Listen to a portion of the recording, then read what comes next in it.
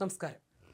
Social മീഡിയയിലൂടെ ദൃശ്യം പ്രചരിച്ചതിന് പിന്നാലെ യുവാവ് ആത്മഹത്യ ചെയ്ത സംഭവം സൈബർ ഇടത്തിൽ വലിയ പ്രതിഷേധത്തിന് കാരണമായിരിക്കുകയാണ്. റീച്ചിന് വേണ്ടി യുവതി ചെയ്ത ഒരു പ്രവൃത്തി ഒരു യുവാവിന്റെ ജീവൻ എടുത്തുവെന്നാണ് സോഷ്യൽ മീഡിയ വിമർശനം. കോഴിക്കോട് ഗോവിന്ദപുരം സ്വദേശി ദീപക്കാണ് ജീവനൊടുക്കിയത്. ബസ്സിൽ വെച്ച് ദീപക് ലൈംഗിക അതിക്രമം കാട്ടിയെന്ന് യുവതി പരാതിപ്പെട്ടിരുന്നു. യുവതി ചിത്രീകരിച്ച വീഡിയോ സോഷ്യൽ മീഡിയയിൽ പോസ്റ്റ് ചെയ്യുകയും വൈറലാവുകയും ചെയ്തിരുന്നു. ഇതിന് പിന്നാലെയാണ് ദീപക് ആത്മഹത്യ ചെയ്യുന്നത്. സംഭവത്തിൽ പ്രതിഷേധിച്ച് രാഹുൽ ഈശ്വർ രംഗത്തെത്തിയിരിക്കുകയാണ്. സംഭവത്തിൽ വ്യാജ വീഡിയോ നിർമ്മിച്ച യുവതിക്കെതിരെ കേസെടുക്കണമെന്നാവശ്യപ്പെട്ട് രാഹുൽ മുഖ്യമന്ത്രിക്ക് പരാതി നൽകി. മുഖ്യമന്ത്രിക്ക് പുറമെ സംസ്ഥാന പോലീസ് മേധാവിക്കും രാഹുൽ പരാതി നൽകിയിട്ടുണ്ട്. വനിതയ്ക്കെതിരെ ആത്മഹത്യ പ്രേരണ കേസ് എടുക്കണമെന്നാവശ്യപ്പെട്ടാണ് പരാതി. ഫേസ്ബുക്ക് കുറിപ്പിലൂടെയാണ് രാഹുൽ ഇക്കാര്യം വ്യക്തമാക്കിയിരിക്കുന്നത്. മുൻപും പല ഘട്ടങ്ങളിൽ പുരുഷന്മാർക്ക് അനുകൂലമായി രംഗത്തെത്തിയിട്ടുള്ള വ്യക്തി കൂടിയാണ് രാഹുൽ ഈശ്വർ. രാഹുൽ ഈശ്വറിന്റെ ഫേസ്ബുക്ക് കുറിപ്പ് ഇങ്ങനെ: വ്യാജ വീഡിയോ, വ്യാജ പരാതി, ദീപക് ആത്മഹത്യ ചെയ്തു. മുഖ്യമന്ത്രി, പോലീസ്, DGP എന്നിവർക്ക് പരാതി നൽകി. വനിതയ്ക്കെതിരെ ആത്മഹത്യ പ്രേരണയ്ക്ക് കേസെടുക്കണം. ഡിയർ സാർ, ദീപക് എന്ന യുവാവിന്റെ ആത്മഹത്യയുടെ വാർത്തകൾ മുഖ്യധാര മാധ്യമങ്ങളിൽ വരുന്നുണ്ട്. ലിങ്ക് ചേർക്കുന്നു.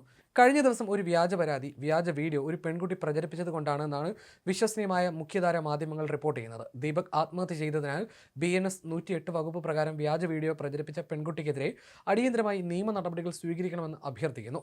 ദീപകിന്റെ കുടുംബത്തിന് നിയമസഹായം, സാമ്പത്തിക സഹായം എന്നിവ ലഭ്യമാക്കണം. ഞാൻ രാഹുൽ ഈശ്വർ, മെൻസ് കമ്മീഷൻ ആക്ടിവിസ്റ്റാണ് ആൻഡ് ടീം. നിയമ സംവിധാനം അനുശാസിക്കുന്ന രീതിയിൽ എല്ലാ സഹായ സഹകരണവും നൽകാൻ തയ്യാറാണെന്നും രാഹുൽ പറയുന്നു. അതേസമയം പരാതി വ്യാജമാണെന്നും പ്രശസ്തിക്കോ പണത്തിനോ വേണ്ടി കെട്ടിച്ചമച്ചതാണെന്നും തെളിഞ്ഞാൽ ഭാരതീയ ന്യായ സംഹിത സെക്ഷൻ 217 പ്രകാരം പോലീസിനെയും കോടതിയും തെറ്റിദ്ധരിപ്പിച്ചതിന് ഇവർക്കെതിരെ തിരിച്ച് കേസെടുക്കാമെന്ന് പലരും അഭിപ്രായപ്പെടുന്നുണ്ട്. നിരപരാധിയായ ഒരു മനുഷ്യനെ കേസിൽ കൊടുക്കാൻ ശ്രമിച്ചാൽ അതിൽ ജയിൽ ശിക്ഷ വരെ ലഭിക്കാവുന്ന കുറ്റമാണിത്. വീഡിയോ ഇൻസ്റ്റഗ്രാമിലും ഫേസ്ബുക്കിലും പബ്ലിഷ് ചെയ്തിട്ടുണ്ട്. വീഡിയോയിൽ അദ്ദേഹത്തിൻ്റെ മുഖം വ്യക്തമാണ്. വീഡിയോയിൽ അയാൾ അങ്ങോട്ട് ഉപദ്രവിക്കുകയല്ല, മറിച്ച് സ്ത്രീയുടെ പ്രകോപനത്തോട് പ്രതികരിക്കുക മാത്രമാണ് ചെയ്തതെന്ന് വീഡിയോയിൽ കാണാം. അതുവഴി അവരുടെ വാദം കള്ളമാണെന്ന് സ്ഥാപിക്കാം. വീഡിയോയിലെ യുവതിയുടെ ബോഡി ലാംഗ്വേജും അവർക്ക് എതിരാണെന്നും ക്യാമറയുമായി വന്ന് നിരപരാധികളെ വേട്ടയാടരുത് തുടങ്ങിയ അഭിപ്രായങ്ങളാണ് സോഷ്യൽ മീഡിയയിൽ ഉയരുന്നത്. കോഴിക്കോട് ഗോവിന്ദപുരം സ്വദേശി ദീപകിനെ ഇന്ന് രാവിലെയാണ് വീട്ടിലെ മുറിക്കുള്ളിൽ തൂങ്ങി മരിച്ച നിലയിൽ കണ്ടെത്തിയത്. ദീപകിന്റെ മരണത്തിൽ ഗുരുതര ആരോപണങ്ങളാണ് കുടുംബവും സുഹൃത്തുക്കളും ഉന്നയിക്കുന്നത്. സംഭവത്തിൽ കോഴിക്കോട് മെഡിക്കൽ കോളേജ് പോലീസ് അസ്വാഭാവിക മരണത്തിന് കേസ് രജിസ്റ്റർ ചെയ്തിട്ടുണ്ട്.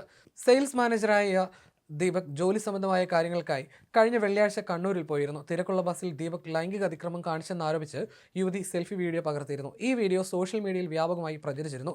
വിഷയത്തിൽ ദീപക് കടുത്ത നിരാശയിലായിരുന്നുവെന്നാണ് സുഹൃത്തുക്കൾ പറയുന്നത്. എന്നാൽ ദീപക് അത്തരത്തിൽ മോശമായി പെരുമാറില്ല എന്നാണ് നാട്ടുകാരുടെ പ്രതികരണം. അതേസമയം ദീപകിന്റെ വീഡിയോ പകർത്തിയ യുവതി പ്രതികരണവുമായി രംഗത്ത് വരികയും ചെയ്തിട്ടുണ്ട്. യുവാവ് തനിക്ക് നേരെ ലൈംഗിക അതിക്രമം കാണിച്ചെന്നാണ് യുവതി പറയുന്നത്. ശരീരത്തിൽ സ്പർശിച്ചത് തെറ്റായ ഉദ്ദേശത്തോടെയാണെന്ന് ബോധ്യപ്പെട്ടതുകൊണ്ടാണ് വീഡിയോ ചിത്രീകരിച്ചത്. പയ്യന്നൂർ വെച്ചായിരുന്നു സംഭവം. വടകര പോലീസിൽ വിവരം അറിയിച്ചിരുന്നു. വീഡിയോ പകർത്തുന്നത് യുവാവ് കണ്ടതാണ്. അതോടെ ബസ്സിൽ നിന്നിറങ്ങി വേഗത്തിൽ നടന്നു. തുടർന്നാണ് വീഡിയോ പോസ്റ്റ് ചെയ്തതെന്നാണ് യുവതിയുടെ അവകാശവാദം.